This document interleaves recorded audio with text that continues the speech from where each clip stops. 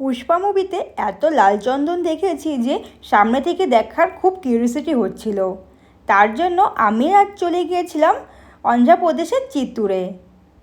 এখানে কিন্তু লাল চন্দনের ফরেস্ট রয়েছে। আর যে পুষ্পা মুভির যে স্টোরি এখান থেকে কিন্তু বিল্ড আপ করা। তোমরা কে কে পুষ্পা মুভি দেখেছো অবশ্যই কমেন্ট করে জানিও। তোমরা যদি কলকাতা থেকে আসতে চাও তাহলে হাওড়া থেকে দুরন্ত রয়েছে, এসএমবিটি এক্সপ্রেস রয়েছে।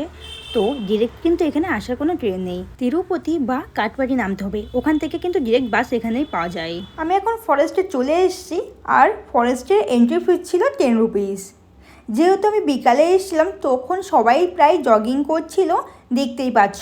ফরেস্টের ভেতরে গিয়ে তোমাদের সবার সঙ্গে শেয়ার করব যে লাল চন্দন গাছ কেমন দেখতে হয়। এই দেখো লাল চন্দন গাছ ঠিক এমনটাই দেখতে হয়, কালো কালো কালার, কিন্তু ভেতরে এর লাল থাকে। দেখো গাছটা একদম সামনে ক্লোজলি তোমাদের সবার সঙ্গে শেয়ার করছি। Red sandalwood plant expected 13 metre হয়ে থাকে। আর পরিবেশ তো খুবই সুন্দর, একদম শান্ত পরিবেশে যদি বিকালের আমেজ নিতে চাও অবশ্যই এখান থেকে একবার ঘুরে আসতেই পারো।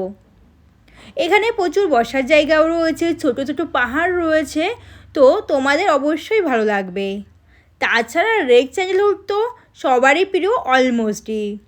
যেহেতু আমাদের সব কাজেই রেড স্যান্ডেলউড প্রয়োজন হয়, নিত্য প্রয়োজনীয় তো যেমন পুজোতে লাগে, মেডিসিনে লাগে, সুগন্ধিতে, প্রচুর কিছুতে কিন্তু রেড স্যান্ডেলউড প্রয়োজন।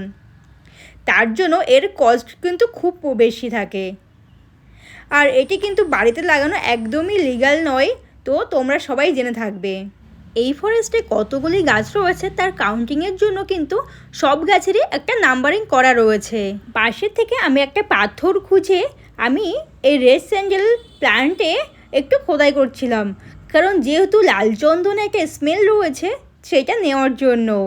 তোমরা তো দেখতেই পেলে রেড স্যান্ডেল প্ল্যান্ট কেমন দেখতে হয়। তারপর আমি কিছুটা দূর এগিয়ে এসে দেখি সামনেই অনেকেই বসে রয়েছে আর এখানে জলের ব্যবস্থাও রয়েছে। ওখান থেকে জল নেওয়ার পর আমি আবার সামনে এগোই। আর এখানেই কিন্তু সজারুর দেখা পাওয়া যায় আর রয়েছে বুনো শূকর, প্রচুর পশু পাখি তো এখানে রয়েছে। যেহেতু এটা একটা সিকিউর ফরেস্ট, এখানে পশু পাখি তো সিকিউর থাকবেই।